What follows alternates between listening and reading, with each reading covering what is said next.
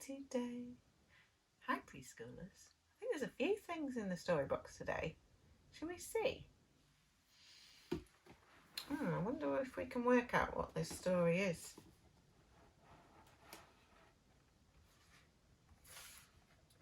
Ooh, there's a pretty orange bow. I think I'm going to put it at the end of my plait.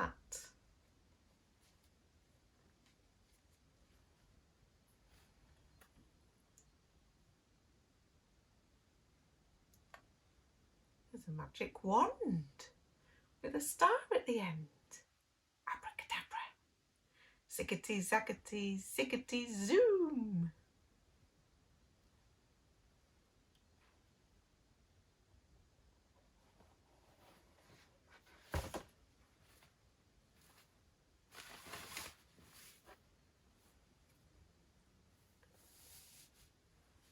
And a witch's hat.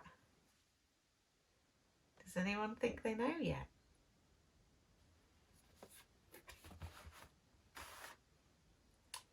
It's about a witch that has a bow in her hair and a magic wand and a witch's hat. I think the witch's hat in this story isn't Illuminous green. I think she's got a traditional black pointy hat. It's Room on the Broom. Shall we see what happens to our witch in the story?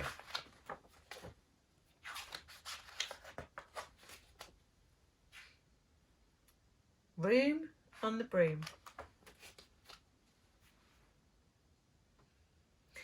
The witch had a cat and a very tall hat and long ginger hair which she wore in a plait. How the cat purred and how the witch grinned as they sat on the broomstick and flew through the wind. But how the witch wailed and how the cat spat when the wind blew so wildly it blew off the hat.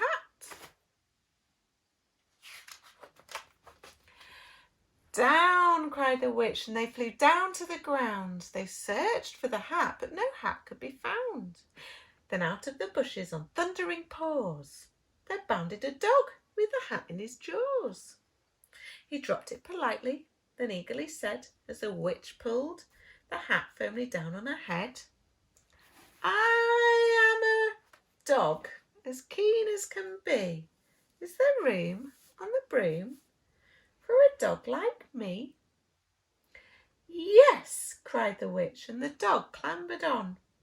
The witch tapped the broomstick and whoosh, they were gone. Over the fields and forests they flew. The dog wagged his tail and the stormy wind blew. The witch laughed aloud, ah, ha, ha, ha, ha, and held on to a hat. But away blew the bow from a long ginger plait. Down, cried the witch, and they flew down to the ground. They searched for the bow, but no bow could be found. Then out from a tree with an ear-splitting shriek, there flapped a green bird with the bow in her beak. She dropped it politely and bent her head low, then said as the witch tied her plait in a bow,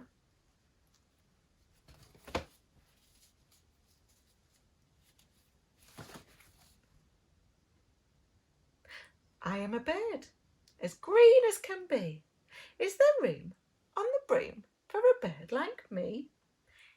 Yes, cried the witch. So the bird fluttered on, and the witch tapped the broomstick, and whoosh, they were gone.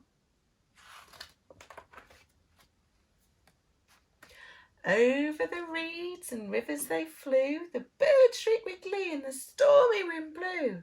They shot through the sky to the back of beyond. The witch clutched her bow, but let go of her wand. down, cried the witch. So they flew down to the ground. They searched for the wand, but no wand could be found. Then all of a sudden, from out of the pond leapt a dripping wet frog with a dripping wet wand. He dropped it politely and said with a croak, as the witch dried the wand on the fold of her cloak, I am a frog, as clean as can be. Is there room on the broom for a frog like me? Yes, cried the witch. So the frog bounded on.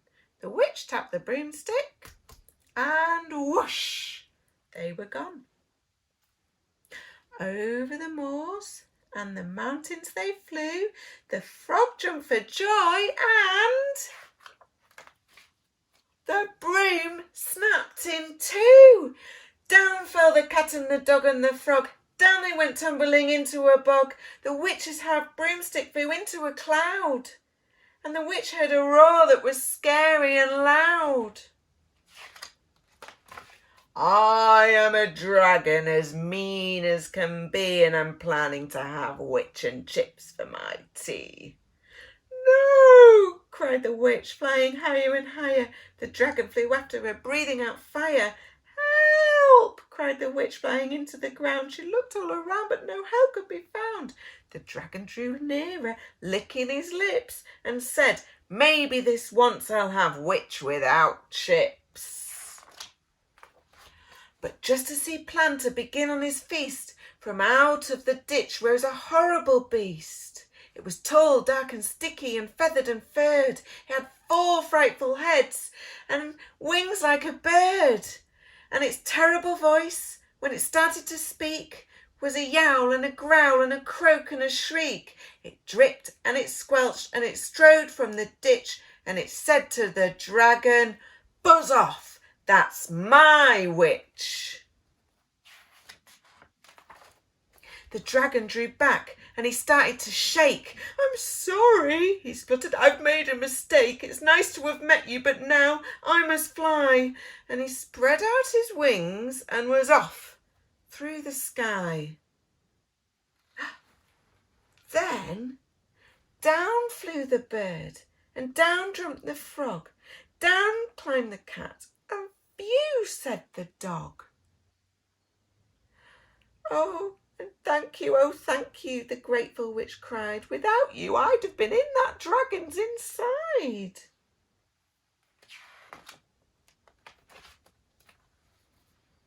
Then she filled up her cauldron and said with a grin, find something, everyone. Throw something in. So the frog found a lily, and the cat found a cone, and the bird found a twig, and the dog found a bone. They threw them all in, and the witch stirred them well, and after a while while she was stirring, she muttered a spell.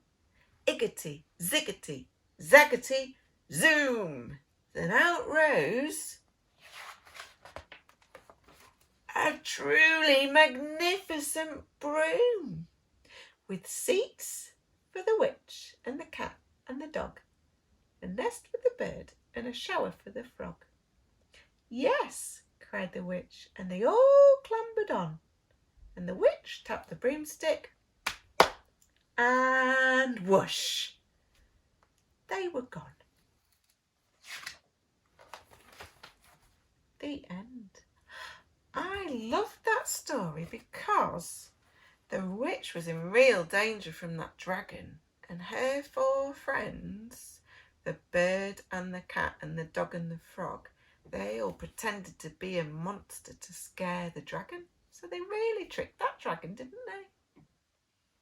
Thank you for listening, everyone. See you soon. Bye. Bye.